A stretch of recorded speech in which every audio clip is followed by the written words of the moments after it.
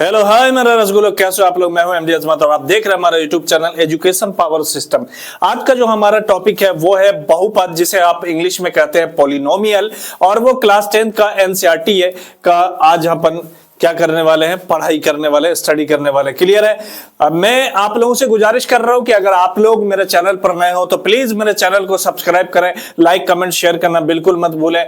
बेहतरीन से बेहतरीन प्लेटफॉर्म है, आपको मैथ का बेसिक्स से लेकर जीरो से लेकर हीरो बनने तक का ये सफर हमारे साथ आप तय करेंगे। इसके लिए बेस्ट से बेस्ट प्लेटफॉर्म है ये, इसीलिए आप मेरे चैनल को सब्सक्राइब करें, मेरे साथ बने रहें। चलिए देखते हैं कि बहुपद क्या है। बहुपद को अपन पढ़ेंगे, अपन आज पढ़ेंगे, समझेंगे क्या है बहुपद। तो बहुपद किसे कहते हैं क्लास 10th के अंदर देखिए, बहुपद सबसे पहली बात यह है कि बहुपद दो शब्दों से मिलकर बना है, एक बहु जोड़ दूसरा है पद। समझ रहे बात। बहुपद का मतलब होता है बहुत, बहुपद का मतलब होता है बहुत, और पद का मतलब पद ही होता है। पद को क्या बोलते हैं? पद बोलते हैं। इंग्लिश में इसे कहीं ना कहीं अपन टर्म बोलते हैं। क्या बोलते हैं? टर्म बोलते हैं। क्लियर हो रही है बात। और बहुपद को इंग्लिश में अपन मेनी बोलते हैं। तो मेनी टर्म को क्या बोलेंगे? पॉलिनोमियल बोलेंगे। मेनी ऑफ टर्म को क्या बोलेंगे? पॉलिनोमियल बोलेंगे। बात समझ में आ रही है। तो ये तो हो गई अपन के पद के आधार पर। अपन को किसके आधार पर हो गए? ये हो गए पद के आधार पर, अकॉर्डिंग टू टर्म। समझ रहे हो? पद के आधार पर, ठीक है।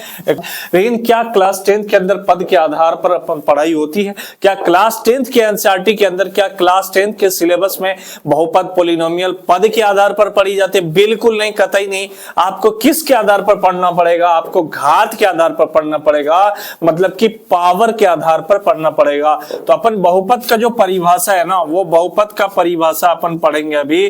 क्या पढ़ेंगे? किसके आधार पर? तो घात के आधार पर। किसके आधार पर? घात के आधार पर अपन पढ़ेंगे, घात के आधार पर। और घात के आधार पर क्या है? जिस बीजीय व्यंजक के चरों का घात पूर्ण संख्या हो। क्या है? तो जिस बीजीय व्यंजक के चरों का घात, किसका घात? चरों का घात पूर्ण संख्या हो। क्या हो? पूर्ण संख्या हो, उसे क्या कहेंगे? उसे बहुपद कहते हैं। उसे क्या कहते हैं? बहुपद। उसे बहुपद कहते हैं। क्या कहते हैं मेरा रसगुल्लो? बहुपद कहते हैं। बात समझ में आ रही है? हाँ सर, समझ में आ रही है कि जिस बीजीय व्यंजक के चरों का घात पूर्ण संख्या हो, उसे क्या कहेंगे? बहुपद कहेंगे। क्या कहेंगे? बहुपद कहेंगे। अगर इसके एग्जाम्पल को देखें अपन, अगर इसके एग्जाम्पल को देखें तो आपको पता चलेगा कि 2x अगर मैं लिख रहा हूं तो इसका जो चर है वो है x, और x के ऊपर अगर कोई घात नहीं है तो कितना है? 1 है। मतलब कोई पावर नहीं है तो कितना है? 1। और पूर्ण संख्या के अंदर अपन ने वास्तविक में पढ़ा था कि भाई 0 1 2 3 4 5 डॉट डॉट डॉट इंफिनिटी तक, मतलब इस प्रकार के नंबर पूर्ण संख्या होती है। इस प्रकार के नंबर कौन सी संख्या होती है? पूर्ण संख्या होती है। तो मतलब कि ये एक बहुपद है। अगर मैं इसी को लिखूं कि 2x + 2, क्या ये पूर्ण संख्या, क्या ये बहुपद है? हाँ सर, बिल्कुल बहुपद है, क्योंकि इसका जो चर है ना वो क्या है? पूर्ण संख्या। वो क्या है? पूर्ण संख्या है। क्लियर हो गई बात? क्या मैं इसको इस प्रकार लिख सकता हूँ 2x² + 2x - 3, क्या ये बहुपद है? हाँ सर, बिल्कुल। ये इसमें जो चर है ना, ये x² है और ये x है। तो x पर जो, इस x पर जो पावर है ना वो 2 है, और 2 एक पूर्ण संख्या है, और इस x पर पावर 1 है, और ये भी एक क्या है? पूर्ण संख्या है। तो यहां पर अचर के घात की बात नहीं की गई है, यहां पर चर के घात की बात की गई है। किसके घात की बात की गई है? चर के घात की बात की गई है। क्या सर अपन अगर लिखूं √2x² + 3x + 5, क्या ये बहुपद है? हाँ बिल्कुल बहुपद है, क्योंकि देखिए रूट जो है ना अचर संख्या पर है, बल्कि चर संख्या पर कोई रूट नहीं है, कोई रूट नहीं है। और जो पावर है, जो घात है चर संख्या पर, वो पूर्ण संख्या है। वो क्या है? पूर्ण संख्या है। इसलिए ये भी एक क्या है? बहुपद है। अब अपने को समझना पड़ेगा कि भाई घात के आधार पर बहुपद कितने प्रकार के होते हैं। घात के आधार पर बहुपद कितने प्रकार के होते हैं? तो बहुपद के प्रकार को अपन पढ़ेंगे। किसके प्रकार को? बहुपद के प्रकार को, बहुपद के प्रकार किसके आधार पर पढ़ रहे हैं अपन प्यारे रसगुल्लों? तो घात के आधार पर। तो बहुपद के प्रकार 3 हैं। कितने हैं? 3 प्रकार हैं। कितने? 3 प्रकार हैं। कितने प्रकार हैं? 3 प्रकार हैं। कौन कौन है? तो पहला रैखिक बहुपद। क्या है? रैखिक बहुपद। क्या है? रैखिक बहुपद। समझ रहे हैं? या इसी को बोलते हैं एक घातीय बहुपद। क्या कहा जाता है? एक घातीय बहुपद। क्या कहा जाता है? एक घातीय बहुपद। दूसरा है द्विघातीय बहुपद। क्या है? द्विघातीय बहुपद। क्या है? द्विघातीय बहुपद। उसके बाद तीसरा है त्रिघातीय बहुपद। क्या है? त्रिघातीय बहुपद। क्या है? त्रिघातीय बहुपद। क्लियर है? बात समझ में आ रही है? हाँ सर समझ में आ रही है। आती है बहुपद। क्लियर हो रही है बात? हाँ प्यारे बच्चों क्लियर हो रही है। एक बार अपन रिवीजन कर लेंगे कि सर बहुपद 2 शब्दों से मिलकर बना, एक बहु दूसरा पद। बहु का मतलब होता है बहुत और पद का मतलब होता है पद। बहु को इंग्लिश में बोलते हैं मेनी और पद को इंग्लिश में बोलते हैं टर्म। मतलब कि मेनी टर्म्स को क्या बोलेंगे? बहुपद कहेंगे। और ये किसके आधार पर अपन ने पढ़ा? पद के आधार पर पढ़ा है। घात के आधार पर जो बहुपद की परिभाषा है वो है जिस बीजीय व्यंजक के चरों का घात पूर्ण संख्या हो उसे बहुपद कहते हैं। और जितने भी यहाँ पर बहुपद के एग्जाम्पल लिए गए हैं वो सारे के सारे एग्जाम्पल में जो चर हैं उसका घात पूर्ण संख्या है और ये सारे के सारे बहुपद हैं। अब अपन ने उसके बाद देखा कि बहुपद के प्रकार, बहुपद के 3 प्रकार हैं घात के आधार पर। किसके आधार पर पढ़े अपन? घात के आधार पर। पहला रैखिक बहुपद, दूसरा द्विघातीय बहुपद, तीसरा त्रिघातीय बहुपद। अब अपन प्रकार के बारे में जानना शुरू करेंगे। अपन पहला पढ़ेंगे बेटा रैखिक बहुपद। क्या पढ़ेंगे? रैखिक बहुपद। क्या पढ़ेंगे? रैखिक बहुपद, जिसे एक घातीय बहुपद के नाम से भी जाना जाता है। किसके नाम से जाना जाता है? एक घातीय बहुपद के नाम से भी जाना जाता है अपने को। ठीक है, तो लिखेंगे वैसा बहुपद। क्या लिखेंगे? वैसा बहुपद। वैसा बहुपद जिनके चरों का, जिनके चरों का अधिकतम घात। क्या? कितना घात? अधिकतम घात। कि जिनके चरों का अधिकतम घात 1 हो। कितना हो? 1 हो। उसे क्या कहेंगे? उसे रैखिक बहुपद कहते हैं। क्या कहते हैं? रैखिक बहुपद। क्या बोलेंगे मेरे रसगुल्लों?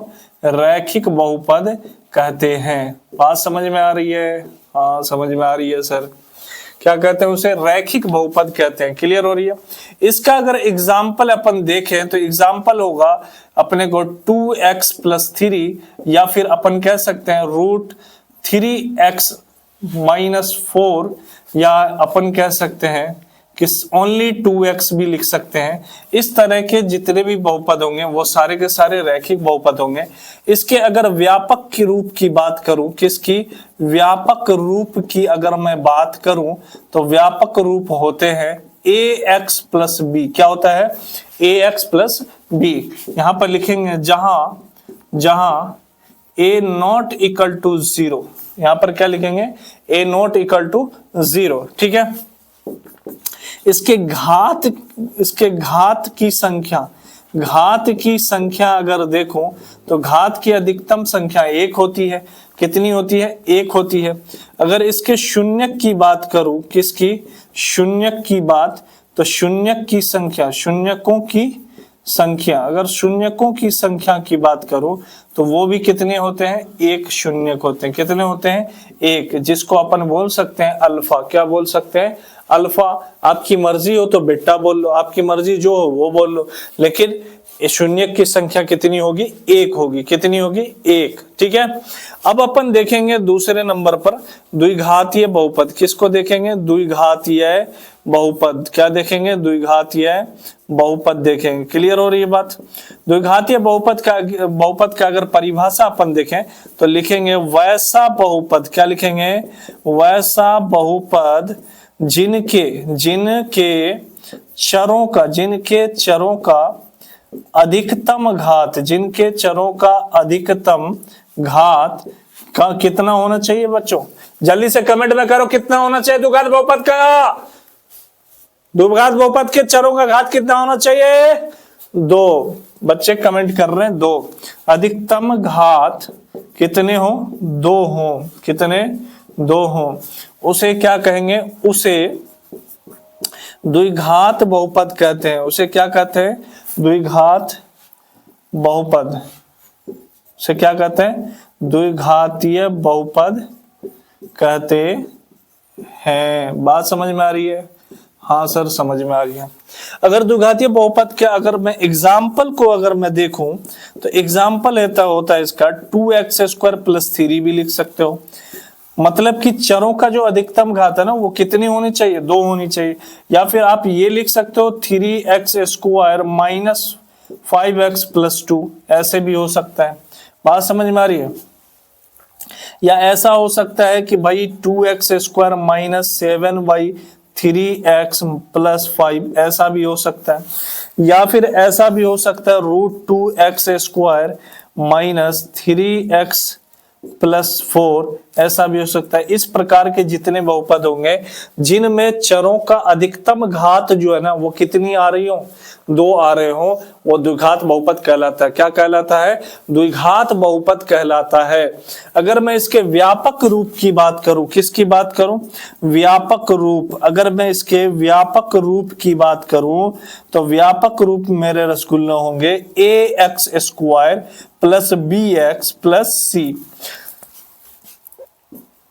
जहां पर a not equal to 0, a not equal to 0 नहीं होना चाहिए। ठीक है, मतलब a 0 के बराबर नहीं होना चाहिए। Okay sir. अगर मैं इसके घात की बात करूं, किसकी बात करूं? घात की बात करूं, घातों की घात की संख्या।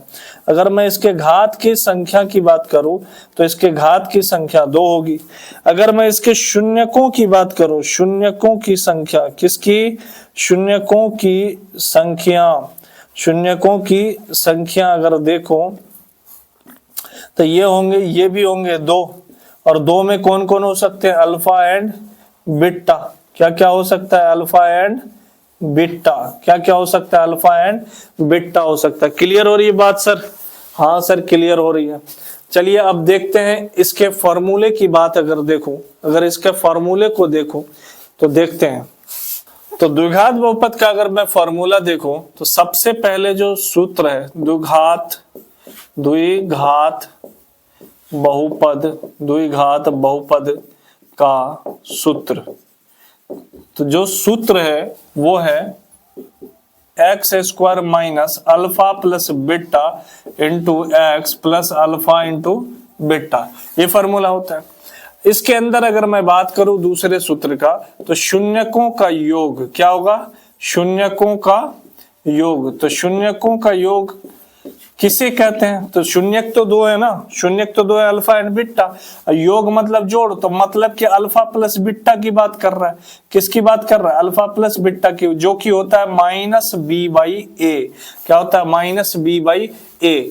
अगर तीसरे फॉर्मूले की बात करूं तो शून्यकों का गुणनफल। क्या?